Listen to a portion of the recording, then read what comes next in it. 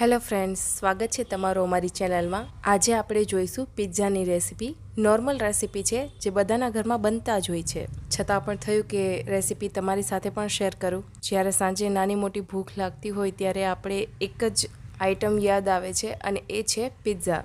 તો જ્યારે instant pizza બનાવવા હોય ત્યારે કોઈ તામઝામ વગર કે કોઈ લાંબી પ્રોસેસ વગર આપણે ઘરે પિઝા બનાવતા હોઈએ છીએ। તેવી જ રીતે આજે આપણે પણ પિઝા બનાવીશું। તો જોઈ લઈએ આગળ પિઝાની રેસીપી।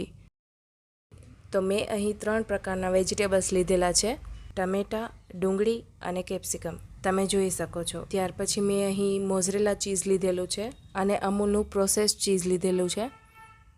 ત્યાર પછી અહીં પિઝા બનાવવા માટે બેઝ મેં રેડી લીધેલો છે પિઝાનો। તો રેસીપી શરૂ કરીએ।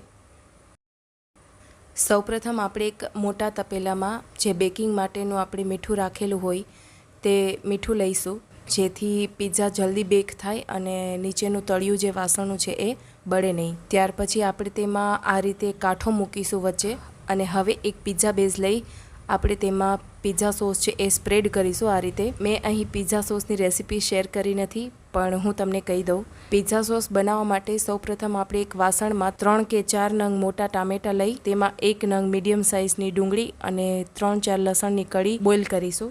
બોઇલ થઈ જાય પછી ઠંડુ પડે એટલે આપણે મિક્સીમાં એને પીસી અને ફરીથી એક પેનમાં આપણે એ પિઝા સોસને ટ્રાન્સફર કરીશું અને તેમાં chilli flakes, oregano, mix herbs, થોડું નમક, મરચું પાવડર અને 2 ચમચ આપણે ટોમેટો કેચઅપ એડ કરવાનો છે અને 1/4 ટીસ્પૂન જેટલું વિનેગર એડ કરવાનું છે। આ રીતે મેં પિઝા સોસ રેડી કરેલો છે। પિઝા સોસ સ્પ્રેડ કર્યા પછી ટોપિંગ્સ માટે આપણે સૌપ્રથમ પહેલાં તેમાં મોઝરેલા ચીઝ છે એ આ રીતે સ્પ્રેડ કરીશું થોડું।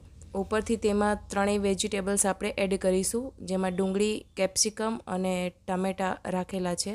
ત્યાર પછી આપણે તેમાં પ્રોસેસ ચીઝ છે એ ગ્રેટરની મદદથી આપણે આ રીતે સ્પ્રેડ કરીશું। ઉપરથી આપણે તેમાં મિક્સઅપ્સ અને ચીલી ફ્લેક્સ છે એ સ્પ્રિંકલ કરીશું। તો પિઝા છે એ આપણે બેકિંગ માટે રેડી થઈ ગયા છે। હવે તેને એક પ્લેટમાં લઈ અને જે આપણે પહેલાં તપેલું બેકિંગ માટે રાખેલું હતું ગેસ ઉપર તેની અંદર કાંઠા ઉપર મૂકી દઈશું આ રીતે। થોડું તવેથા વડે આપણે એડજસ્ટ કરી લઈશું સેન્ટરમાં અને તેને ઢાંકી દઈને આ રીતે તેના ઉપર કોઈ પણ વજનવાળું જે વાસણ હોય તે મૂકીશું, જેથી હવા છે એ બહાર ના જાય અને સારી રીતે બેક થઈ જાય। ત્યાર પછી આપણે બીજો પિઝ્ઝો પણ રેડી કરીશું, જે સેમ પ્રોસેસ છે જે આપણે પહેલાં કરી હતી। હવે તમારે અહીં કોઈ બીજા વેજીટેબલ્સ યુઝ કરવા હોય તો પણ યુઝ કરીશો, જેમ કે બોઇલ્ડ કોર્ન છે, રેડ યલો કેપ્સિકમ છે, બ્રોકોલી ઘણા યુઝ કરતા હોય છે, કોઈ સોસ કે સ્પ્રેડમાં મેરિનેટ પનીર છે, ઓલિવ્સ છે, જેલેપિનોસ છે, ઘણા બધા વેજીટેબલ્સનું આપણે આમાં ટોપિંગ્સ કરી શકીએ છીએ। તમને જે વેજીટેબલ્સ પસંદ આવતા હોય તે તમે અહીં ટોપિંગ કરી શકો છો। તો હવે આપણે આ બીજો પિઝ્ઝો રેડી કરેલ છે એ પણ આપણે બીજા તપેલામાં લઈ અને આ રીતે બેક કરવા મૂકી દઈશું, જે આપણે પહેલાં પ્રોસેસ કરી હતી એ જ રીતે। તેમજ તેના ઉપર કોઈ વજનદાર વસ્તુ મૂકી અને આ રીતે ઢાંકી દઈશું।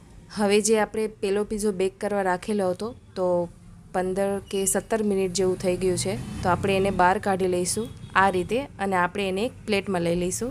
હવે આપણે પિઝા કટરની મદદથી એને કટ કરીશું। તમે સાંભળી શકો છો અવાજ, જે પિઝા બેઝ છે કેટલું ક્રિસ્પી અને કડક બન્યો હશે।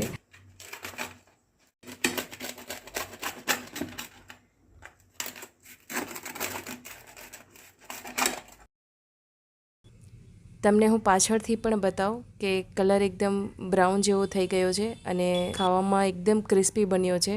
હવે મેં અહીં એક પિઝા પીસને કેચઅપથી ગાર્નિશ કરી અને સર્વ કર્યો છે। તો લુકમાં પણ અને ખાવામાં પણ એકદમ યમી લાગતો એવો પિઝા આપણો રેડી થઈ ગયો છે। તો મળીએ નેક્સ્ટ રેસીપીમાં, અને જો તમને અમારા વિડીયો પસંદ આવતા હોય તો અમારી ચેનલ લાઇક, શેર અને સબસ્ક્રાઈબ કરજો। Thank you.